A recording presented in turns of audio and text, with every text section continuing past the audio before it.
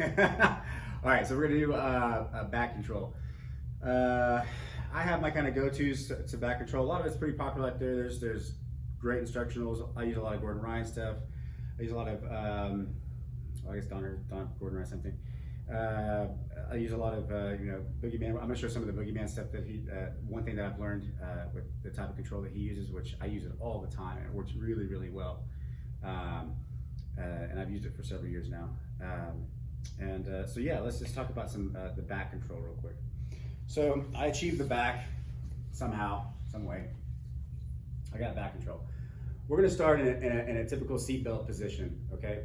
I won't break down like how you're supposed to have this. I mean, that'll be something different, but I mean, how I have my hands, how I have my feet, where my head is placed and all that, this is all very important. My knees, how my knees are, be pinching and all that. That's very important, but I'm gonna save us time and not go over that. We'll maybe make another video about that. But I'm gonna start with just a basic seatbelt position, okay? If you've been doing jiu-jitsu for a while, you know that it's not just me doing this and then I start choking them. It's not gonna happen. What's usually gonna happen is they grab the hands, okay? So one thing I always like to always do, and I always teach, is I always cover my choking hand. Whether I'll try to cup it and cover it as much as I can, or I'll try to hide it under his own arm, okay, if I can get it there. What that allows me to do is that in the event we start hand fighting, all this stuff is going on, if my hand is hidden, boom, at any time, I can, if he grabs the wrong hand during that time, it can slip through, and that's, that'd be what I consider an easy rear naked choke. But in this particular case, that's not gonna happen. So typically the way I'll set this up is I'll get to the seatbelt. He should be controlling my choking hand at all times. If he's not, you choke him. So he controls the choking hand. That's fine. I want to have control. Once he gets control of my choking hand, the one thing I need to get control of is this hand. I want to be in control of this hand. Now, how you achieve that? There's a million ways. We can hand fight here all day and make an hour video about how to hand fight and be tricky with stuff, and try to break grips and then switch and back and forth. But essentially, what I want to do is get control of this outside hand. It's typically not difficult to do, especially if he's already committed his one hand to this choking hand. This hand is either going to be grabbing the choking hand with it, or it's going to be grabbing this hand anyways. So that's typically the trade-off. He'll be controlling my choking hand, and I'll be controlling this outside hand because it's easy for me to wrap over top. If you notice, he's on top of my hand, and I'm on top of his hand here. So that's who's dominating, right? Whoever's usually typically on top is going to be dominating that position.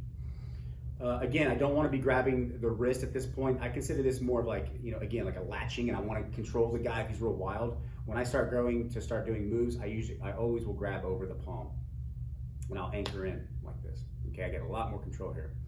So the way that we're going to do is I can't, for whatever reason, do anything. I can't get the choke. So I'm going to start incorporating my feet. And the way I'm going to do that is I'm going to straighten.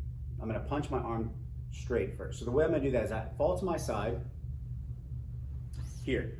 Now the bottom leg needs to be turning up, okay? Don't be, flat like this. It's gonna be very easy for him to escape. I definitely don't have it on the ground here. So I wanna be up. If you have longer legs, you can do a body triangle, that's fine, but you won't actually need it here. I'm gonna take this hand, and if he's holding me tight, I'm not gonna be able to, like pull my hand back. It'll be a muscle thing. I'm just gonna straighten it. Okay, usually you can achieve this, just simply straightening your hand. And he wants that anyway. He's probably gonna help you do that, because it takes my hand away from his neck. And that's exactly what you want. And I'll explain this in a second. So I get here, so it's very easy for me to straighten, but what I wanna make sure that I'm doing is I'm blocking out his shoulder. I don't wanna be like opening my arm like this, because I don't want him pummeling on the inside and then starting to do this like, this kind of stuff, and like, little earmuffs and all this, and then that's different. So I wanna keep him on the outside, this hand on the outside, no matter what's happens, boom, I wanna keep it. So I'm still keeping connected to his chest. I'm not losing contact, I'm not opening this up. Now the next thing I'm gonna do is, now we're gonna wrap. So I'm gonna bring my knee up and under. Now, at this point, he probably notices there's no choke really, right? But there's one thing that's happening here. The thing that's happening is his outside arm is being isolated. If Ivan, can you try to bring that arm out and in? It's very difficult because I'm crunching my knee to my chest. I'm going around and under. Now, we still don't have a way to choke yet, right? But I have better control. I've isolated an arm and I have control of this arm. So now how do we start going into chokes? Well, what we're going to do is now we're going to take this hand and we're going to feed it. We're going to feed this outside hand to this hand. This is free. So there's a lot of ways to do that, but I usually typically bring it and I grab. I go under. So I'll grab a grip, go under, and hand it off. You can't go over top, but if your hand's on top, it's going to be difficult to do. But I usually just hand it off under. Now this, I like to have, around the wrist. Okay, I don't want to be grabbing his hand here. I want to have like this lock between the bone, this bone right here, and his hand. It's a pretty good lock. It locks my hand in, my hand to his wrist. So once I do that, I can release this hand and I pull it out.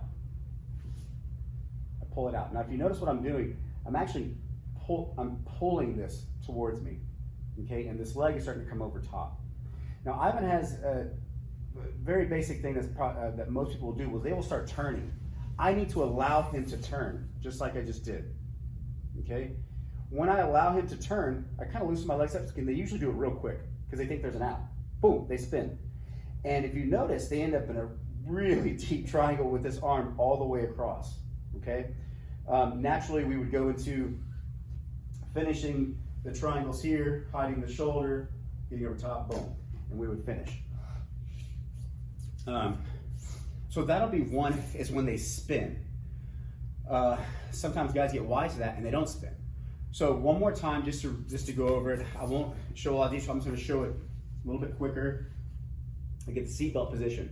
He's controlling my choking hand. I get over top of his hand. I go to the side, I start kicking, I get here. I feed the hand. I get to the wrist. I got the wrist. I open up, I release, and I allow him to sit up. Boom. I should already be in a tight triangle. Okay, it happens very quick. And their arm is about as deep as it can get across, right? And you know, normally the traditional triangle, it's easier to drag the arm across the chest. It's already slid across your chest or your stomach. So it's already really, really, really tight. Okay, so now we're gonna go over one more thing if that doesn't happen. So a lot of times I'll get this position, I get over control. I'll fall to my side, I straighten, I go under, I get the feed, and I'm holding with both hands here, and I release, but he's like, nope, I'm not going up. I'm not gonna do that. So what I'll do is, I'm gonna actually go ahead and say, okay, I'm gonna bring this leg over, and I'm gonna crunch. So now it's like I have both I'm like pulling him in, I'm crunching, I have both his arms. Now look, it's as simple as just me sitting up, and now he's in a much worse position, because now I would just control the head. And you can go either direction with this. I can go this way, and now he's in a triangle from this way, or I can go this way, and there's a triangle from that side. So both triangles are acceptable. They're from the back, and they're going to be very high up, so they're going to be very tight. But I've had, huge success with this, and I give all the credit to the Boogieman. So because that's where I first saw it, and I started doing it several years ago. I saw him post a video about it. But I've been trying to incorporate it with all my back control, all my back attacks, and that's just one of the things I do when I'm trying to attack the back. And what you'll start to notice too is, like, when you start doing these isolation things, people's reactions are really strange sometimes. So you'll see other things open up, right? A lot of times I'll get here, and I'll get to this position, boom, boom, and I get here at this, and then he just doesn't react, and I'm like, well, I'm just gonna choke the shit out of you right here, right? Yeah. Go straight to a choke. And I requested this technique earlier today because I always want to practice it and see how the hand feed is, because it's confusing. Yeah.